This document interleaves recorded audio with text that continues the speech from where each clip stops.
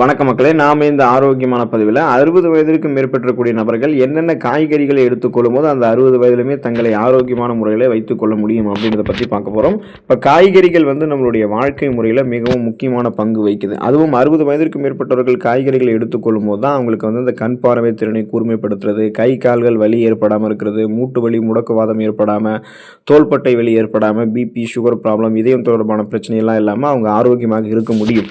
So அப்போ அந்த 60 வயதிலுமே ஒரு சில காய்கறிகளை நம்ம எடுத்துக்கொள்ள வேண்டியது அவசியமாக இருக்குது. நம்ம தினமும் காய்கறிகளை நம்மளுடைய உணவுகளில் சுழற்சி அடிப்படையில் சேர்த்துட்டே இருக்கணும். ஏதாவது ஒரு காய்கறிகளை சாப்பிட்டுட்டே இருக்கணும். வாரத்தில் ஒரு தடவை நிறைய கீரை வகைகளையுமே எடுத்துக்கொள்ளணும். அந்த காய்கறி அந்த கீரை வகைகள்லாம் என்னென்ன அப்படின்றத விளக்கமாக பார்ப்போம். அதை பற்றி பார்க்குறதுக்கு முன்னாடி இந்த வீடியோவுக்கு மட்டும் ஒரு லைக் கொடுத்துட்டு இந்த தகவலை உங்களுக்கு தெரிஞ்சவங்களுக்கும் ஷேர் பண்ணிடுங்க. ஏன்னா அது அவங்களுக்கும் பயனுள்ளதாக இருக்கக்கூடிய ஒரு ஆரோக்கியமான பதிவு தான். இது போன்ற அப்டேட்ஸ்களை நீங்கள் தொடர்ந்து பார்க்குறதுக்கு நம்மளுடைய ஹெல்த் நியூஸ் தமிழ் சேனலை மறக்காமல் சப்ஸ்கிரைப் பண்ணி வச்சுக்கோங்க. பக்கத்தில் இருக்கக்கூடிய பெல் பட்டனையும் கிளிக் பண்ணி ஆல் அப்படின்ற ஆப்ஷனையும் செட் பண்ணி வச்சுக்கிட்டீங்க அப்படின்னா நாங்கள் போடக்கூடிய எல்லா அப்டேட்ஸும் உங்களுக்கு நோட்டிஃபிகேஷன் அடிக்கடி சேரும். சரி வாங்க மக்களே, இப்போ வீடியோக்குள்ளே போயிடலாம். ஸோ அந்த வகையில் 60 வயதுக்கு மேற்பட்டக்கூடிய நபர்கள் பீட்ரூட் காய்கறியை தங்களுடைய உணவுகளை எடுத்துக்கலாம். பீட்ரூட் காய்கறி நீங்கள் எப்படி எடுத்துக்கணும்னு பார்த்தீங்கன்னா, நீங்கள் ஊட்டச்சத்து குறைபாடால் அவதிப்படுறீங்க அப்படின்றது உங்களுக்கு தெரிஞ்சுது, ஒரு சுறுசுறுப்பே இல்லாமல் டல்லாக இருக்கீங்க அப்படின்னா நீங்கள் பீட்ரூட்டை ஜூஸாக எடுத்துக்கலாம். இல்லைனா வாரத்தில் 2 அல்லது 3 முறை பீட்ரூட்டை உங்களுடைய உணவுகளை சமைத்து எடுத்துக்கலாம். இதில் இருக்கக்கூடிய ஃபோலேட் என்ன பண்ணும் அப்படின்னா உங்களுடைய மூளை வளர்ச்சி மற்றும் மூளை செல்கள் ஆரோக்கியமாக இருக்கிறதுக்கு ஹெல்ப் பண்ணும். இதனால் வயதானதுக்கு அப்புறம் வரக்கூடிய பார்க்கின்சன், அல்சைமர், டிமென்ஷியா போன்ற இந்த ஞாபக மறதி நோய்கள் இதெல்லாம் உங்களுக்கு வராமல் தவிர்க்கிறதுக்கு பீட்ரூட் ஹெல்ப் பண்ணுங்க. அதே போல் வயதானவர்களுக்கு ஏற்படக்கூடிய அனீமியா என்று சொல்லக்கூடிய ரத்த சோகை நோய், அந்த நோய் குணப்படுத்தப்பட்டு மீண்டும் வராமல் தடுக்கப்படும். ரத்த ஓட்டம் 60 வயதிலுமே சீராக உங்களுக்கு இருக்கிறதுக்கு, உடலுக்கு பாதுகாப்பாக இருக்கக்கூடிய அந்த ஊட்டச்சத்துக்களை வழங்குறதுக்கெல்லாம் பீட்ரூட் நீங்கள் எடுத்துக்கொள்ளலாம். பசலை கீரை 60 வயதிற்கு மேற்பட்டக்கூடிய நபர்கள் எடுத்துக்கொள்ளும் போது நலமாக இருக்கலாம். இப்போ இந்த பசலை கீரை விட்டமின் சி என்று சொல்லக்கூடிய உயிர் சத்து கொண்டிருக்கு, விட்டமின் இ கொண்டிருக்கு.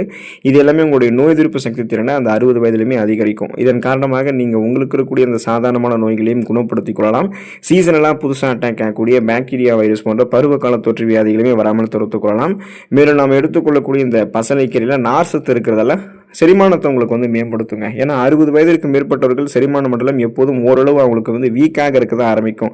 டைஜஷன் ப்ராப்பராக இருக்காது. ஸோ அவங்க நார்சத்து இருக்கக்கூடிய உணவுகளை எடுத்துக்கணுன்றதால இந்த பசலைக்கீரையை வாரத்தில் ஒரு தடவையாவது அவங்களுடைய உணவுகளை எடுத்துக்கலாம். இப்போ நார்சத்து, நொதிகள், அமினோ அமிலங்கள் இது எல்லாமே அந்த கீரையில் இருக்கிறதால அது அவங்களுக்கு இனிப்பாகவும் நிறைய ஊட்டச்சத்துக்களையும் கொடுக்கக்கூடியதாகவும் இருக்கும். ஸோ ஒரு டேஸ்டியான ஃபுட்டை எடுத்துக்கிட்ட மாதிரி இருக்கும். ஆரோக்கிய நன்மைகளுமே பசலைக்கீரையை அவங்க எடுத்துட்டா கிடைக்கும்.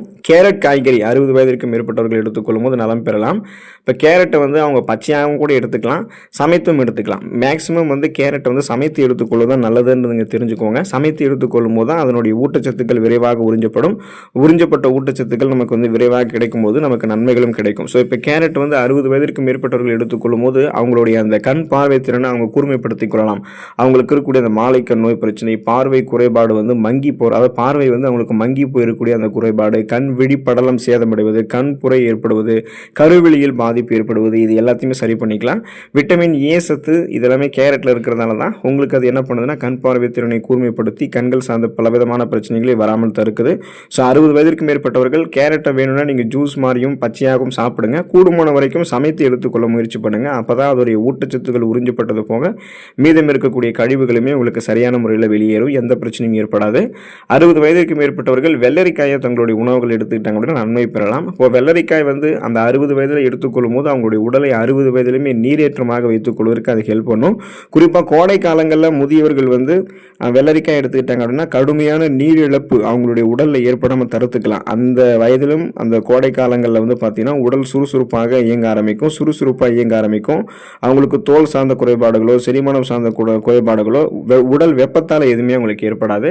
ஸோ அந்த ஸ்கின் டிசீஸ் கூட அவங்களுக்கு ஏற்படாது. ஏன்னா இப்போ 60 வயதிற்கு மேற்பட்டவர்கள் இந்த கோடை காலத்தில் ஹெவியாக பாதிக்கப்படுவாங்க. அவங்களுக்கு நிறைய அந்த உடல் வெப்ப வாதம் இருக்கும், ஹீட் ஸ்ட்ரோக் இருக்கும், உடம்பு அதிக வெப்பம் ஏற்படுவதில் தோல் சார்ந்த பிரச்சனைகள், செரிமானம் சார்ந்த பிரச்சனைகளாக இருக்கும். அவங்களுடைய வேலைகளே அவங்க செய்ய கொஞ்சம் சிரமப்படுவாங்க. அப்போ அவங்க வெள்ளரிக்காயெல்லாம் எடுத்துக்கிட்டாங்க அப்படின்னா அவங்களுக்கு அது உடலை நீரேற்றமாக வைத்து அந்த 60 வயதிலுமே ஓரளவு சுறுசுறுப்பாக செயல்பட வைக்கிறதுக்கு வெள்ளரிக்காய் அவங்களுக்கு உதவிகரமாக இருக்கும். அதுபோல தான் முள்ளங்கி காய்கறியுமே நீங்கள் எடுத்துக்கொள்ளலாம். ஏன்னா முள்ளங்கியிலுமே நீர் சத்து, நார் சத்து வளமான அளவில் இருக்குங்க. இது அந்த மண்ணிலிருந்து நமக்கு எடுக்கிறோம் அப்படின்னும் போது இது இன்னும் ஸ்பெஷலாகவே உங்களுக்கு மருத்துவ நன்மைகளை கொடுக்கும். இதை நீங்கள் உங்களுடைய உணவுகளை பச்சையாக எடுத்துக்காதீங்க, சமைத்து எடுத்துக்கொள்ளுங்க. சமைத்து எடுத்துக்கொள்ளும் போது காரமெல்லாம் அதிகமாக போடாமல் எடுத்துக்கோங்க. இப்போ நீங்கள் அந்த சமைத்து எடுத்துக்கிட்டிங்கன்னா அது உங்களுக்கு வந்து வாயு போன்ற வயிற்று பிரச்சனைகளை வந்து பார்த்தீங்கன்னா உங்களுக்கு வந்து சரி பண்ணிடும். ஸோ சமைத்து எடுத்துக்கொள்ளும் போது நீர் சத்து, நார் சத்து உங்களுக்கு கிடைக்கிறதால செரிமானம் தொடர்பான பிரச்சனைகள் எதுவுமே இருக்காது. சீரற்ற குடல் இயக்கம், கடுமையான மலச்சிக்கல், வயிற்று வலி, வாயு பிரச்சனை, வயிற்று பொறுமல் இந்த மாதிரி உங்களுக்கு எதுவுமே இருக்காது. உங்களுடைய அந்த ஒட்டுமொத்த செரிமான மண்டலமே உங்களுக்கு வந்து பலம் பெற ஆரம்பிக்கும். அதுக்கு நீங்கள் வந்து முள்ளங்கியுமே 60 வயதிற்கு மேற்பட்டவர்கள் எடுத்துக்கொள்ளலாம். தக்காளி 60 வயதிற்கு மேற்பட்டவர்கள் எடுத்துக்கொள்ளணும். ஏன்னா தக்காளியில் இருக்கக்கூடிய லைகோபின் அப்படின்ற அந்த சேர்மம் என்ன பண்ணுது அப்படின்னா அந்த வேதிப்பொருள் நமக்கு இதய தசைகளை வந்து வலுப்படுத்துங்க. ஸோ 60 வயதிற்கு மேற்பட்டவர்களுக்கு அந்த இதய தசைகள் வலுவாக இருக்க வேண்டியது அவசியம்.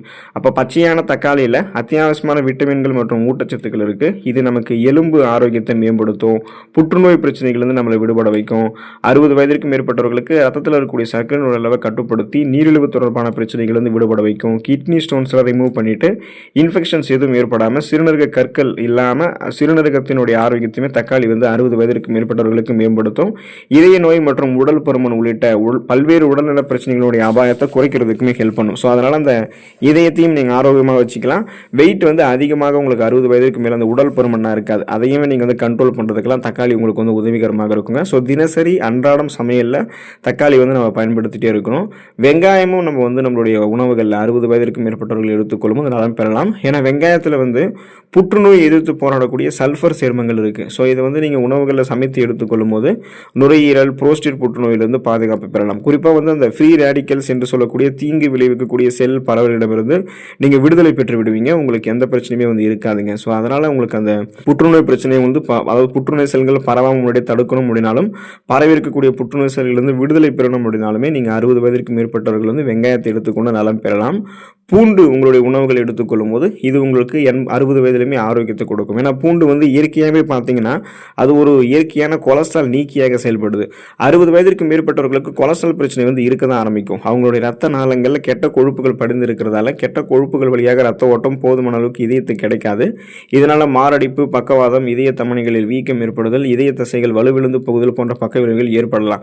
ஸோ இந்த பிரச்சனைகளிலிருந்து அவங்க விடுபடணும் அப்படின்னா பூண்டு தொடர்ந்து தங்களுடைய உணவுகளை அவங்க எடுத்துக்கொள்ளணும். பூண்டு சமைத்திருக்கக்கூடிய அந்த பூண்டை வச்சு சமைத்திருக்கக்கூடிய உணவுகள் எடுத்துக்கொள்ளும் போது அல்லது பூண்டை வந்து காலையில் வெறும் வயிற்றில் அவங்க எடுத்துக்கொள்ளும் போது எல்லாமே அதனுடைய அந்த அல்லுசின் அப்படின்ற அந்த வேதிப்பொருள் கிடைக்கும் போது இதயத்திற்கு வேண்டிய ரத்த ஓட்டம் போதுமான அளவுக்கு கிடைக்கும். கொலஸ்ட்ரால் பிரச்சனையிலிருந்து விடுபட்டு இதயத்தை வந்து அவங்க பன்மடங்கு பலம் பெற வைத்துக் கொள்ளலாம். இதயம் தொடர்பான பிரச்சனைகள் வந்து அவங்க விடுபட்டு விடலாம். ஸோ அதையுமே அவங்க எடுத்துக்கொள்ளலாம். அதே போல் சிவப்பு குடை மிளகாய், ரெட் கேப்சிகம், அவங்களுக்கு வாய்ப்பு இருக்கும்போது அந்த 60 வயதிற்கு மேற்பட்டவர்கள் அதை எடுத்துக்கிட்டாங்க அப்படின்னா இது காரமெல்லாம் இருக்காது, ஆனால் மருத்துவமைகளை உங்களுக்கு வந்து இது கொடுக்குங்க. அப்போ பார்த்தீங்கன்னா இந்த பச்சை மிளகாயில் கலோரிகள் வந்து குறைவாக இருக்குன்னு சொல்லுவாங்க. நீங்கள் அதெல்லாம் வந்து எடுத்துக்கொள்ள வேணாம். பச்சை மிளகாய் உங்களுடைய அந்த காரத்தை வந்து அதிகப்படுத்திட்டு குடலை வந்து பாதிச்சிடும். இதனால் உங்களுக்கு அந்த சீதபேதி ஏற்படுவது, வயிற்று வலி ஏற்படுவது, வயிற்றுப்போக்கு ஏற்படுவது கூட வாய்ப்பு இருக்குது. அதெல்லாம் விட்டுருங்க. ஆனால் நீங்கள் ரெட் கேப்சிகம், சிவப்பு குடை மிளகாய் எடுத்துக்கலாம். இது வந்து இன்னும் ஊட்டச்சத்துக்களை உங்களுக்கு வந்து கொடுத்து செரிமானம் சார்ந்த பிரச்சனைகளை நீக்குமே தவிர செரிமானம் சார்ந்த பிரச்சனைகளை உங்களுக்கு வந்து கொடுக்காது. அதனால் நீங்கள் ஆரோக்கியமாக இருக்க முடியும். ஸோ இந்த காய்கறிகளோடு நீங்கள் சேர்த்து இன்னும் ஒரு சில உணவுகளையும் எடுத்துக்கலாம். அப்படின்னா நீங்கள் என்னென்ன எடுத்துக்கலாம்னு பார்த்தீங்கன்னா காலை கீரை வந்து எடுத்துக்கலாம். அப்புறம் வந்து வளர்த்த அந்த பயிறு வகைகள் நிறைய எடுத்துக்கலாம். தேங்காய் எடுத்துக்கலாம். செலரி விதைகள் எடுத்துக்கலாம். எலுமிச்சை பழம் எடுத்துக்கொள்ளலாம். ஃப்ரக்கோலி எடுத்துக்கலாம். விதைகள் மற்றும் நட்ஸ் எடுத்துக்கலாம். ஆலிவ் எண்ணெய், பெரி பழங்கள், அவகேடோ என்று சொல்லக்கூடிய வெண்ணெய் பழம் இதெல்லாமே நீங்கள் எடுத்துக்கொள்ளலாம். இந்த உணவுகளை தொடர்ந்து எடுத்துக்கொண்டு அந்த 60 வயதிலுமே ஆரோக்கியமாக இருக்க பாருங்கள். நலமோடு வாழக்கூடிய வாய்ப்பை பெறுங்க. அடுத்த ஆரோக்கியமான பதிவில் மறக்காமல் சந்திப்போம். நன்றி மக்களே.